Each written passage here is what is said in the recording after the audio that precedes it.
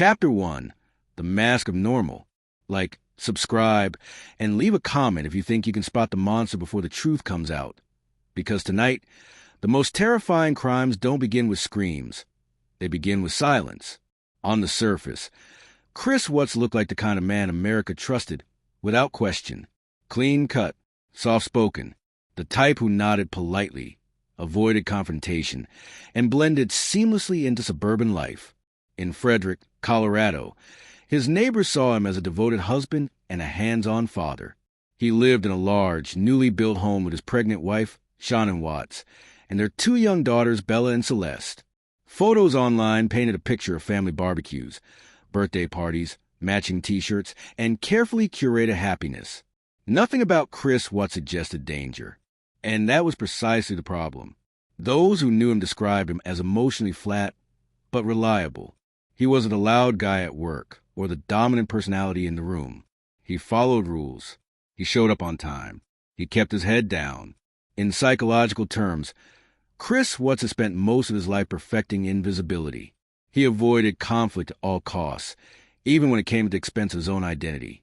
He learned early that silence was safer than honesty, that compliance earned approval, and that expressing anger only led to discomfort. Over time, this emotional suppression didn't disappear. It fermented. Inside the Watts household, Shannon was the visible force. Outspoken, energetic, and driven, she documented much of their lives on social media. To outsiders, it looked like confidence and control. To Chris, it felt like erasure. He didn't argue. He didn't rebel. He didn't explode. Instead, he retreated inward, storing resentment without language, without release. Psychologists later described this as identity fragmentation, a state where a person's internal self becomes disconnected from the role they perform daily. Chris Watts wasn't living as himself. He was playing a part. By 2018, the cracks were forming beneath the surface. Financial stress weighed heavily on the family. Their seemingly comfortable lifestyle masked mounting debt and a looming sense of failure. Shannon was pregnant with their 3rd child, a development that should have symbolized growth and stability. For Chris, it represented entrapment, another responsibility, another door closing. Still, he said nothing.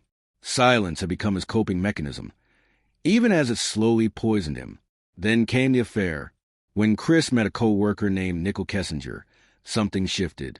With her, he wasn't the quiet husband or the compliant father. He was desired, seen, reinvented.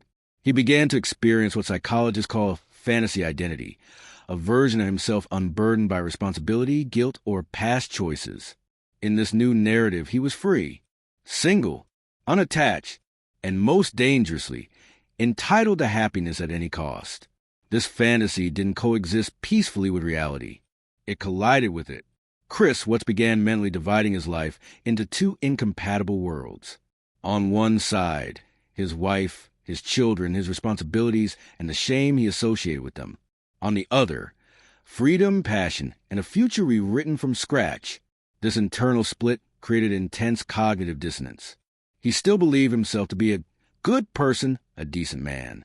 But good people don't abandon their families. They don't lie effortlessly. They don't harbor thoughts they refuse to name. To resolve this contradiction, Chris didn't change his behavior. He changed his perception. In his mind, his family gradually transformed from people into problems. This psychological process is chillingly common among family annihilators. Rather than seeing loved ones as individuals with rights and emotions, the offender reframes them as obstacles standing in the way of personal fulfillment. Responsibility becomes oppression. Children become baggage. Marriage becomes a prison. And once that mental shift occurs, moral boundaries begin to dissolve. In the weeks leading up to the murders, Chris's detachment became noticeable, though not immediately alarming. He grew distant, less affectionate, emotionally unavailable. Shannon sensed something was wrong and confronted him, but he continued to avoid honest conflict.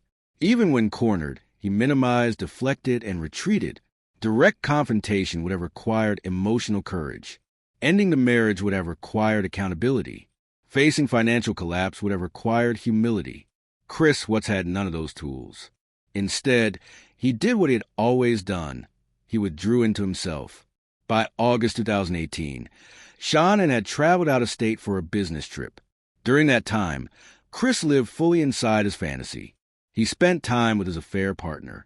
He imagined a future where the past simply disappeared. Not resolved, not repaired, erased. Investigators later determined that this period was critical. It wasn't just an affair anymore. It was rehearsal, a test run of a life without consequences. When Sean returned home in the early hours of August 13th, nothing outwardly appeared unusual. There were no reports of a violent argument heard by neighbors, no frantic phone calls, no visible signs of a breaking point. And yet, within hours, Sean and her daughters were gone. What followed would shock the nation. That morning, Chris spoke to police with unsettling calm. He pleaded for his family's safe return on local television, his voice steady, his eyes dry. He stood on his neighbor's porch and watched surveillance footage with an eerie lack of urgency. To train investigators, something was off. His words expressed concern. His body did not. There was no panic, no desperation. Just a man performing the role of a worried husband, the same way he had performed every role before. As the investigation unfolded, experts began to see the psychological blueprint clearly. This was not a crime of sudden rage. It was a crime of avoidance taken to its most extreme conclusion. Chris didn't lash out because he was overwhelmed by emotion. He killed because he was incapable of facing it. Behind the calm demeanor was a man who had spent his entire life running from discomfort. And now, with his fantasy self on the line, he chose the most irreversible escape imaginable.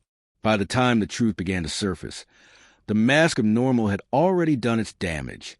And the question investigators were left with wasn't just how this happened, but how someone so invisible had managed to hide such darkness in plain sight. The answers wouldn't come easily, and they wouldn't come all at once.